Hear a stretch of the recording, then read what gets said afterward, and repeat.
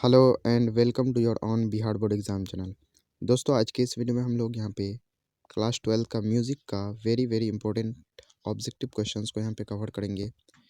दोस्तों, ये क्वेश्चंस जो है आपको बोर्ड एग्ज़ाम में देखने को मिल जाएगा। इससे पहले भी मैंने जो है म्यूज़िक का ही यानी संगीत का ही पार्ट 1 और पार्ट 2 इसी का कवर कर चुके हैं, तो उसको आप प्लेलिस्ट में जा कर के देख सकते हैं। चलिए दोस्तों, शुरू करते हैं। पहला जो क्वेश्चन है वह अमीर खुसरो क्यों जाने जाते थे। अमीर खुसरो क्यों जाने जाते थे? तो ऑप्शन है सितार वादन के लिए, ऑप्शन नंबर बी है कंठ संगीत के लिए, ऑप्शन नंबर सी है बांसुरी वादन के लिए और ऑप्शन नंबर डी है गिटार वादन के लिए। तो अमीर खुसरो जो है वो जाने जाते हैं सितार वादन के लिए, यानी option number A right answer होगा। नेक्स्ट है राग भीम पलासी किस थाट से उत्पन्न है। राग भीम पलासी किस थाट से उत्पन्न है? तो इसका जो राइट आंसर होगा ऑप्शन नंबर सी यानी काफ़ी से। अगर राग बागेश्वरी किस थाट से उत्पन्न राग है, तो राग बागेश्वरी जो है वह है काफ़ी से। अगला जो है राग विहाग का वादी स्वर कौन सा है? तो राग विहाग का जो वादी स्वर है वो है ग। राग विहाग का संवादी स्वर कौन सा है? तो राग विहाग का संवादी स्वर है ऑप्शन नंबर सी यानी कि नी।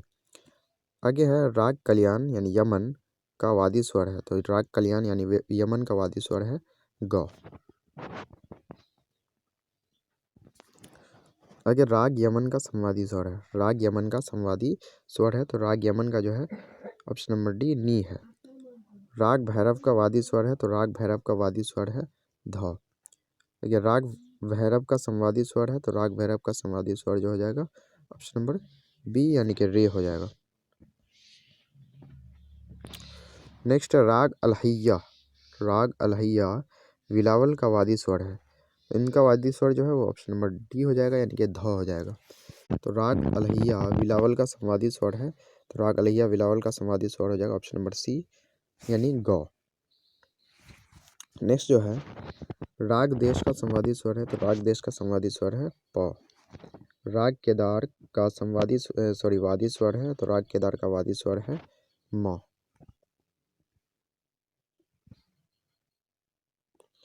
अगला राग भीम प्लासी का संवादी स्वर है, राग भीम प्लासी का संवादी स्वर है तो सा है। राग भीम प्लासी का वादी स्वर है, तो वादी स्वर जो हो जाएगा वो म हो जाएगा। राग केदार का संवादी स्वर है, तो राग केदार का जो संवादी स्वर होगा वो होगा सा। ऑप्शन नंबर सी यानी कि क्या हो जाएगा सा हो जाएगा। आगे राग भीम प्लासी की जाती है, राग भीम प्लासी की जाती है तो हो जाएगा औड़ब संपूर्ण, औड़ब संपूर्ण। आगे साड़ब संपूर्ण में कितने स्वर लगते हैं? तो इनमें लगते हैं 13। राग कामोद का वादी स्वर है, तो राग कामोद का वादी स्वर हो जाएगा ऑप्शन नंबर सी यानी प। अगला जो है राग विहाग की जाती है, तो राग विहाग की जाती क्या है औड़व संपूर्ण, जैसा कि अभी हम लोगों ने देखा।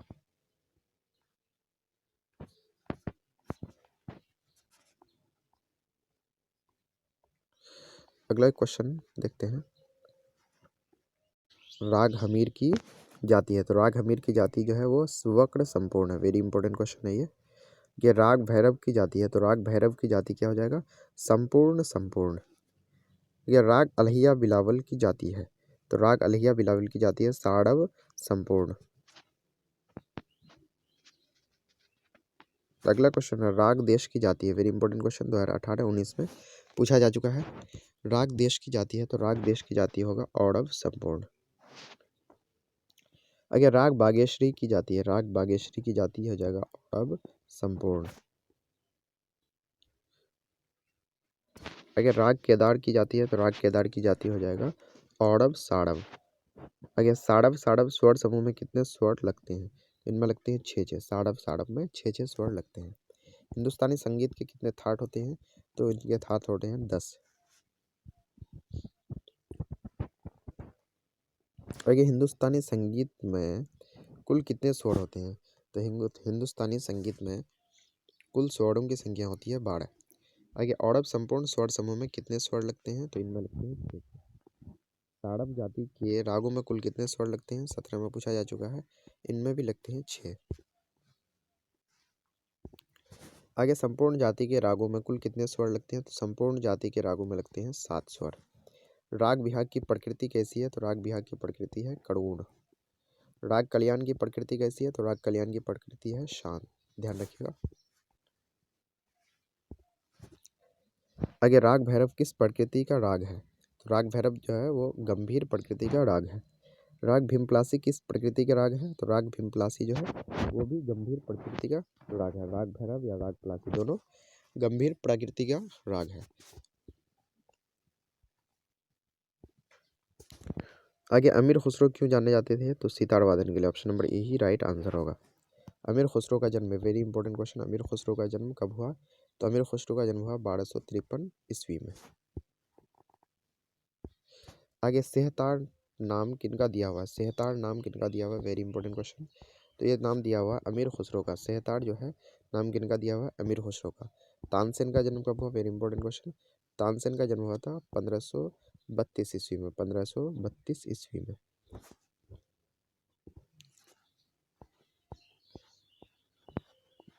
चलिए नेक्स्ट क्वेश्चन की ओर बढ़ते हैं।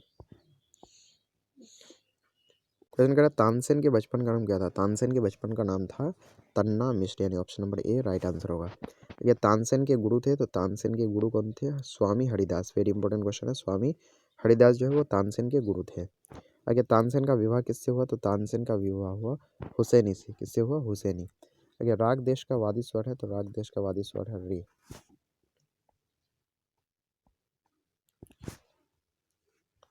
आगे जो है वेरी इंपॉर्टेंट क्वेश्चन, फैयाज खां विशेष रूप से क्या गाते थे? फैयाज खां विशेष रूप से गाते थे ध्रुपद। आगे पन्नालाल घोष क्या बजाते थे? Very important question, Pannalal Ghosh बजाते थे बांसुरी। पंडित ओंकारनाथ ठाकुर मुख्य रूप से थे, तो पंडित ओंकारनाथ ठाकुर क्या थे? तो ये थे ख्याल गायक। ख्याल गायक। उस्ताद बिस्मिल्लाह खां क्या बजाते थे? Very important question. तो उस्ताद बिस्मिल्लाह खां जो बजाते थे वो बजाते थे शहनाई। आगे उस्ताद विलायत खां क्या बजाते थे? उस्ताद विलायत खां बजाते थे सितार। आगे टी.एम. पटनायक क्या बजाते थे? तो टी.एम. पटनायक बजाते थे वायलिन। आगे उस्ताद अलाउद्दीन खां को क्यों जाना जाता है? तो उस्ताद अलाउद्दीन खां को जाना जाता है सरोद वादन के लिए। तो ध्यान रखिएगा, उस्ताद अलाउद्दीन खां क्या बजाते थे? सरोद। आगे पंडित बच्चा मिश्र क्या बजाते थे? तो पंडित बच्चा मिश्र बजाते थे जल तरंग। तानपुरे में कितने तार होते हैं? तानपुरे में कितने तार होते हैं? ऑप्शन नंबर बी होगा 4। आगे वेरी इंपॉर्टेंट क्वेश्चन बार बार पूछा जा चुका है, यह संगीत का संधि विच्छेद क्या होगा? संगीत का संधि विच्छेद होता है सम जोड़ गीत। सम जोड़ गीत, ठीक है। संगीत का संबंध किस वेद से है? तो संगीत 100 से संगीत, और 100 से कौन सा वेद आ रहा है? ऋग्वेद नहीं आ रहा है, सामवेद आ रहा है, यानी कि 100 से संगीत। संगीत का संबंध किस वेद से है?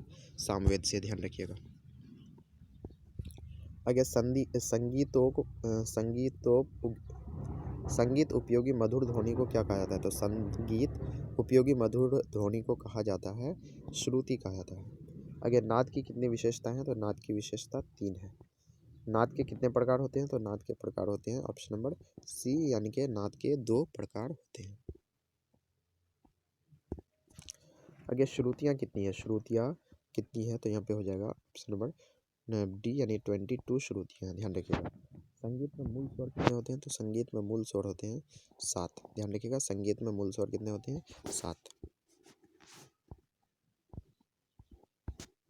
चलिए नेक्स्ट क्वेश्चन देख लेते हैं। तानसेन के बचपन का नाम क्या था? तानसेन के बचपन का नाम था तन्ना मिश्र। तानसेन के गुरु कौन थे? तो तानसेन के गुरु थे स्वामी हरिदास। तानसेन का विवाह किससे हुआ? तानसेन का विवाह हुसैनी से। तो ये सब क्वेश्चन हम लोग कर चुके हैं, रिपीट हो रहा है लगता है।